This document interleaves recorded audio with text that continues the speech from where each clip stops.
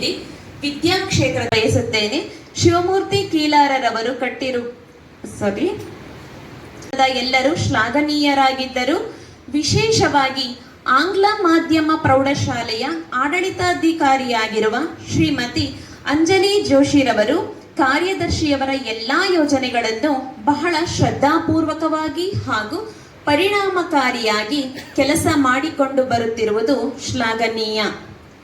ಹಾಗೆಯೇ ನಮ್ಮ ಶಾಲೆಯ ಮುಖ್ಯೋಪಾಧ್ಯಾಯಿನಿಯವರಾದ ಶ್ರೀಮತಿ ಸೌಮ್ಯ ಕುಲಕರ್ಣಿ ಮೇಡಮ್ ರವರು ಸಹ ಅಷ್ಟೇ ಜವಾಬ್ದಾರಿಯುತವಾಗಿ ನಿರ್ವಹಿಸುತ್ತಿರುವುದು ಪ್ರಶಂಸನೀಯ. ಈ ಸಮಾರಂಭದಲ್ಲಿ ನನ್ನ 2 ಅನಿಸಿಕೆಗಳನ್ನು ತಿಳಿಸಲು ಅವಕಾಶ ಮಾಡಿಕೊಟ್ಟ ಶಿಕ್ಷಣ ಟ್ರಸ್ಟ್ನ ಎಲ್ಲರಿಗೂ ನನ್ನ ಧನ್ಯವಾದಗಳು.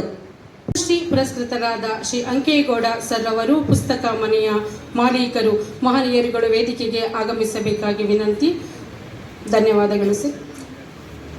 ಇವರನ್ನು ಪರಿಚಯಿಸಲಿದ್ದಾರೆ ಚೇತನ್ ಸರ್ ಅವರು. ಶಿಕ್ಷಕರು ಶ್ರೀಪತಿ ಮುಡಲದೊಡ್ಡಿ.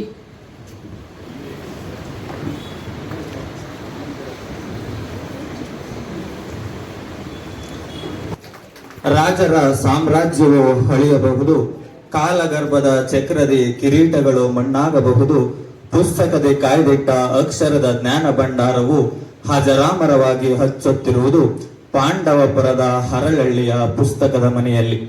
ಹೌದು, ಅಕ್ಷರ ಸೇವೆಯೇ ಈಶ ಸೇವೆ ಎಂದು ನಂಬಿ ತಮ್ಮ ಜೀವಮಾನದ ಕಾಯಕವನ್ನಾಗಿ ಮಾಡಿಕೊಂಡು ತಮ್ಮ ವೇತನದ 80% ಪುಸ್ತಕಗಳಿಗೆ ಮೀಸಲಿಟ್ಟು ಸುಮಾರು 5 ದಶಕಗಳಿಂದ ಗ್ರಾಮೀಣ ಜನರ ಜ್ಞಾನದ ತೃಷೆಯನ್ನು ನೀಗಿಸುತ್ತಾ ಇಂದು ಸುಮಾರು 20ಕ್ಕೂ ಹೆಚ್ಚು ಭಾಷೆಯ 20 ಲಕ್ಷಕ್ಕೂ ಹೆಚ್ಚು ಪುಸ್ತಕಗಳಿರುವ ಯಾವುದೇ ಸದಸ್ಯತ್ವ ಪ್ರವೇಶ ಶುಲ್ಕಗಳಿಲ್ಲದ ಲಿಮ್ಕಾ ಬುಕ್ ಆಫ್ ರೆಕಾರ್ಡ್ನ ಅಂಕೇಗೌಡ ಜ್ಞಾನ ಪ್ರತಿಷ್ಠಾನದ ಪುಸ್ತಕ ಮನೆ ಭಾರತದ ಅತಿ ದೊಡ್ಡ ಖಾಸಗಿ ಉಚಿತ ಗ್ರಂಥಾಲಯ.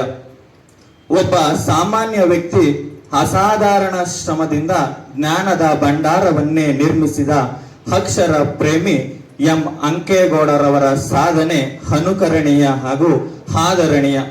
ಪರಿಚಯಿಸಿದ್ದಕ್ಕಾಗಿ ಧನ್ಯವಾದಗಳು ಸರ್. ಈಗ ಪುರಸ್ಕೃತರನ್ನು ಕರ್ನಾಟಕ ಜಾನಪದ ಪರಿಷತ್ ಇವರು ಸನ್ಮಾನಿಸಬೇಕಾಗಿ ವಿನಂತಿ. ಎಲ್ಲ ಗಣ್ಯರು ಕೈಗೊಳಿಸಬೇಕಾಗಿ ವಿನಂತಿ.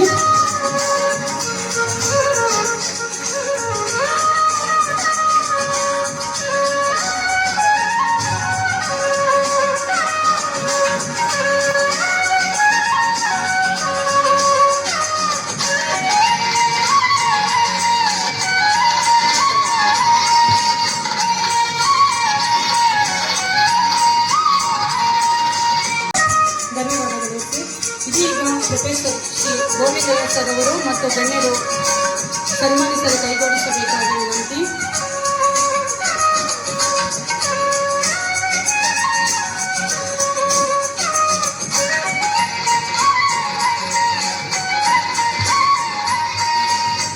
ಡಾಕ್ಟರ್ ಚಂದ್ರಶೇಖರ್ ಅವರ ಶ್ರೀಮತಿಯವರಿಗೆ ಲಾಸ್ಟ್ ದಯಮಾಡಿ ವೇದಿಕೆ ಮೇಲೆ ಬರಬೇಕು ಅಂತ ವಿನಂತಿ ಮಾಡ್ತೇನೆ. ಮೇಡಮ್ ಪ್ಲೀಸ್ ಬನ್ನಿ. ಮೇಡಮ್ ಬನ್ನಿ ಪ್ಲೀಸ್. ಮೇಡಮ್ 1 ನಿಮಿಷ.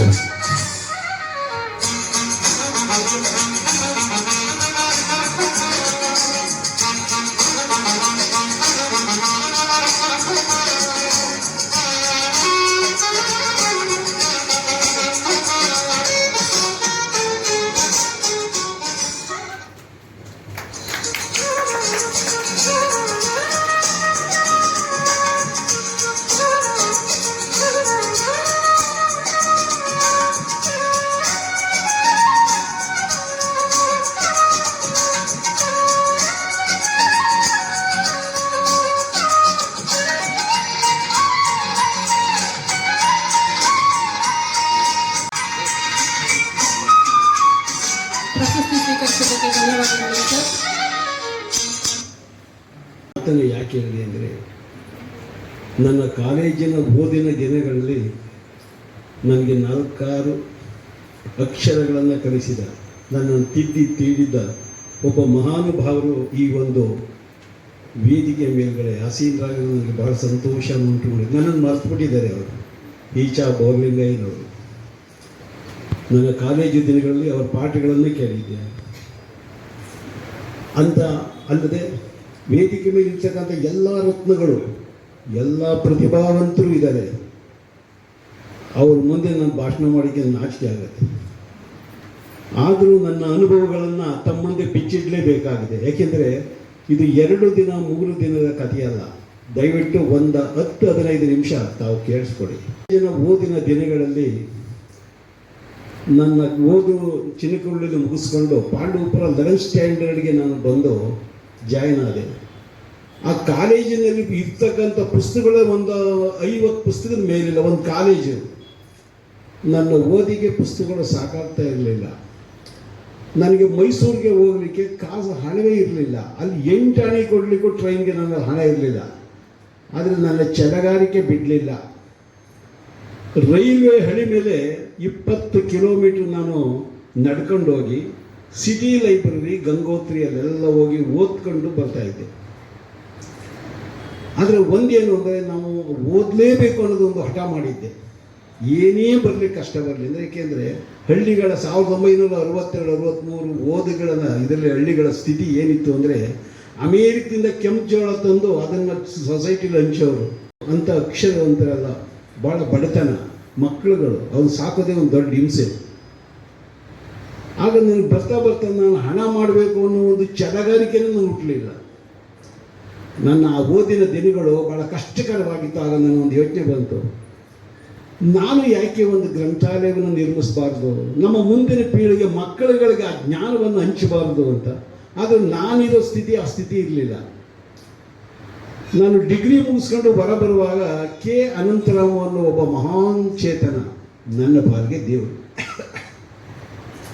ಅವ್ರು ಹೇಳಿದಂಥ 3 ಮುತ್ತಿನಂಥ ಮಾತುಗಳು ನಾನು ಇವತ್ತಿನವರೆಗೂ ಪಾಲಿಸ್ಕೊ ಬಂದೆ. ಏನಂದ್ರೆ ಅವನಿಷ್ಟೇ, ಇವತ್ತು ನಿಮಗೆ ಕಾಲೇಜ್ ಮುಗೀತು, ನಿಮಗೆ ಒಂದು ಸರ್ಟಿಫಿಕೇಟ್ ಸಿಗುತ್ತೆ, ಎಲ್ಲೋ ಒಂದು ಕಡೆ ಕೆಲಸ ಸಿಗುತ್ತೆ, ಸೋಕಿಯಾಗಿ ಜೀವನ ಮಾಡ್ಕೊಂಡು ಹೋಗ್ಬೋದು ಅಂತ ಸ್ನೇಹಿತರೆ ನೀವು ಭಾವಿಸಿದ್ದೀರಿ. ಅದು ತಪ್ಪು.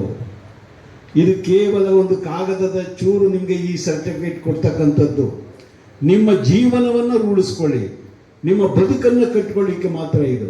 3 ಇದನ್ನು ಹೇಳ್ತೀನಿ, ಇದನ್ನು ಗಮನವಿಟ್ಕೊಳ್ಳಿ ಅಂತ. ಒಂದೇದು, ನೀವು ಬದುಕ್ತಾ ಇರ್ತಕ್ಕಂಥ ನೆರೆ ಹೊರೆ, ನಿಮ್ಮ ಸ್ನೇಹಿತರು, ಅಕ್ಕಪಕ್ಕವ್ರ ಜೊತೆ ಬಹಳ ಸೌಹಾರ್ದವಾಗಿ ಜೀವನ ಮಾಡಿ. ಯಾವುದೇ ವಿಧವಾದಂಥ ಒಂದು ಇದಕ್ಕೂ ನೀವು ಸಿಗಾಕೊಳ್ಬೇಡಿ. ಒಂದು ಸಣ್ಣ ಪುಟ್ಟಕ್ಕೆಲ್ಲ ನೀವು ಅಕ್ಕಪಕ್ಕ ಜಗಳ ಡ್ಯೂಟಿ ಮಾಡಬೇಡಿ ಅಂತ.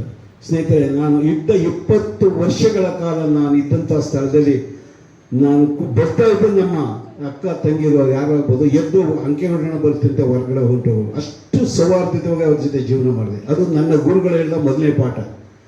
2ನೇ ಪಾಠ, ನೀವು ಯಾವ ಶಾಲೆಯಲ್ಲಿ ಹೋಗಿ ನೀವು ಓದಿರ್ತೀರಿ, ಆ ಶಾಲೆ ನಿಮಗೆ ಒಳ್ಳೆ ಉದ್ಯಮನ ಕೊಟ್ಟಿದ್ರೆ, ನೀವು ಯಾವುದೇ ಲಂಚ ರುಷವತ್ತಿಗೆ ಕೈ ಹಾಕ್ತಾರೆ, ನೀವು ಅಧಿಕಾರ ಮಾಡಿ, ನೀವು ಯಾವುದೇ ಇದನ್ನು ಮಾಡಿ. ಯಾಕೆಂದರೆ ಹಳ್ಳಿಯ ರೈತ ಬಂದಾಗ ನೀವು ಸಾವಿರಾರು ರೂಪಾಯಿ ಸಂಬಳ ತಗೊಳ್ಳೋರು ಆ ರೈತನ ಹತ್ರ ನೀವು ಅಥವಾ ಬೇರೆ ಯಾವ ಕಾರ್ಮಿಕನ ಹತ್ರ ಅವ್ರ ಹಣ ಕೀಳ್ತಿರಲ್ಲ, ಇದು ತಪ್ಪು.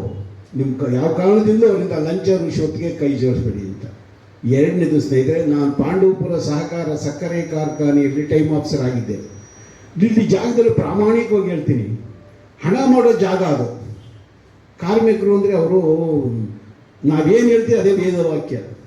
ಒಂದು ಕಾಫಿನ ಯಾವುದೇ ಎಂಪ್ಲಾಯೀಸ್ ಅಂತ ಕೊಡ್ತಿಲ್ಲ, ₹1 ಲಂಚ ಅಂತ ತಗೊಳ್ಳಿಲ್ಲ. ಇದು ನನ್ನ ಗುರುಗಳು ನನಗೆ ಕೊಟ್ಟಂತ ಕಾರಣಕ್ಕೆ. ನಿಮ್ಮ ಮುಂದೆ ನಾನು ಯಾವುದೋ ಪ್ರಶಸ್ತಿ ಅಥವಾ ನಿಮ್ಮನ್ನು ಇದು ಮಾಡಿ ಕೇಳ್ತಾ ಇಲ್ಲ. ನೀವು ಇವತ್ತು ಕಾರ್ಖಾನೆ ಇದೆ, ಯಾರನ್ನಾದ್ರೂ ನೀವು ಕೇಳಿ. 1-2 2 ವೀಲರ್ಸು ಒಂದು ವೆಹಿಕಲ್ ತಗೊಳ್ಳಿಲ್ಲ. ಕಾಲು ನಡಿಗೆಯಲ್ಲೇ ಬದುಕು ಕಟ್ಟಿದೆ. ಕಾರಣ ಏನು ಗೊತ್ತು, ನಾನು ಪುಸ್ತಕ ಅನ್ನೋದಕ್ಕೆ ನಾನು ಅಳವಡಿಸ್ಕೊಬಿಟ್ಟೆ, ಅಲ್ಲಿಂದ ಅಳವಡಿಸ್ಕೊಂಡೆ. ಏನೇ ಆಗಲಿ ಈ ಜಗತ್ತಿನಲ್ಲಿ ಇರ್ತಕ್ಕಂಥ ಯಾವುದೇ ಜ್ಞಾನವನ್ನಾಗಲಿ ಒಂದೇ ಸೂರಳಿಲಿ ತರಬೇಕು. ಅದು ಯಾವುದೇ ವಿಧವಾದ ಕಾರಣದಿಂದಲೇ ಹಣ ಪಡೆದು ಇದು ಮಾಡಬಾರ್ದು. ನೀನು ಎಂಟ್ರೆನ್ಸ್ ಫೀಸ್ ಕೊಡು, ಮೆಂಬರ್ಶಿಪ್ ಫೀಸ್ ಕೊಡು, ಅಥವಾ ಅದು ಕಟ್ಕೊಡು, ಇದು ಯಾವುದನ್ನೂ ಬಳಸ್ತಿಲ್ಲ. ಇವತ್ತು ಅಷ್ಟೇ, ಸುಮಾರು 55 ವರ್ಷದಿಂದ ಏಕಾಂಗಿಯಾಗಿ ನಾನು ಒಬ್ಬನೇ ಇದನ್ನು ಮಾಡ್ತಾ ಇದ್ದೀನಿ. ಆ ಸಂದರ್ಭದಲ್ಲಿ ಯಾರೇ ಬಂದರೆ ಹಣ ಕೊಡಿ, ಫೀಸ್ ಕೊಡಿ, ಮೆಂಬರ್ಶಿಪ್ ಆಗಿ ಇಲ್ಲದೆ ನಮ್ಮನ್ನು ಒಳಗೆ ಕೊಡಿಗಿಲ್ಲ ಅಂತ ಯಾವ ಪದನೂ ಹೇಳಿಲ್ಲ. ಸ್ನೇಹಿತರೆ, ಆದರೆ ಈ ಮಧ್ಯದಲ್ಲಿ ಒಂದು ವಿಷಾದ ಹೇಳ್ತೀನಿ. ಇವತ್ತು 20 ಲಕ್ಷ ಪುಸ್ತಕ ಇಟ್ಕೊಂಡಿದ್ದೀನಿ, 1 ಎಕರೆ ಜಾಗದಲ್ಲಿದೆ. ಇದೊಂದು ವಿಷಾದದ ಸಂಗತಿ. ಅಲ್ಲಿ ಯಾವ